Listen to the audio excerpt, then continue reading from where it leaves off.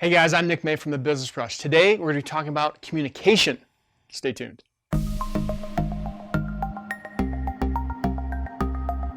So as you probably know, communication is key in everything that we do, whether I'm talking about communicating with your team or communicating with your customers. And the first way that we want to make sure that we are communicating properly with our customer is through a proper contract. This is where everything starts and builds from in that relationship that you have with your customer until they give you that final check. Now, if you don't communicate properly, then there's going to be problems. Now, recently I did a video on solving problems, and this is one way that you can avoid problems altogether, and that's by communicating properly in your contracts. A couple things that drive me crazy when I read other contracts or other estimates that other painting companies have given to my customers, because every once in a while they let me see those, is they're very vague. They don't talk about number of coats, they don't talk about what product they're using, they don't even talk about the areas in the house.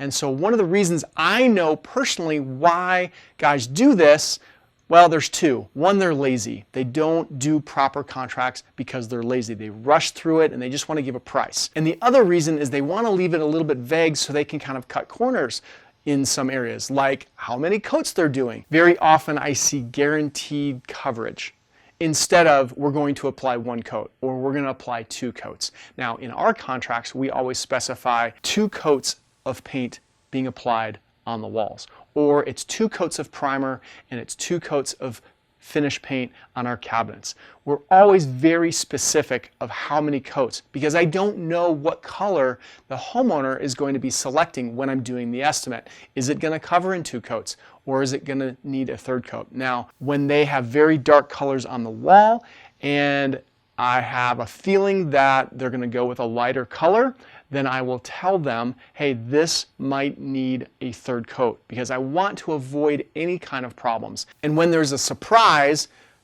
customers aren't happy about surprises. So if you give them a little bit of forewarning, you don't always have to give them the price of what the 3rd coat is, just let them know that that is a potential.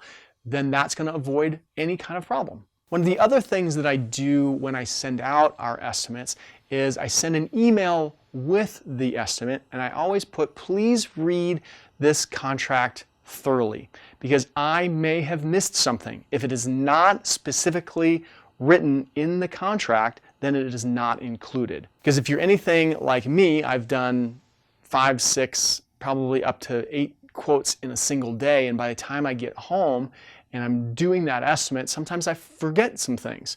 I may forget to line item a bedroom, or I may forget a mantle or the handrail.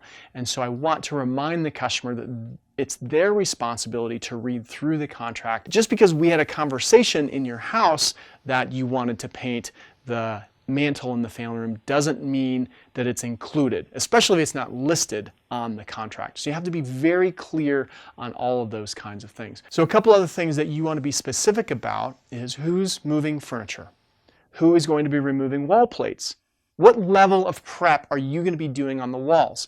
We don't have a whole lot of surface prep needs here in Denver because we have very textured walls, but I know back east in a lot of parts of the country you have smooth walls, and so repairing those little imperfections and sanding walls are a big issue, and they can cost you, the business owner, a lot of money if there's an expectation that you're going to be doing it and you haven't specified what you're going to be doing as far as surface prep.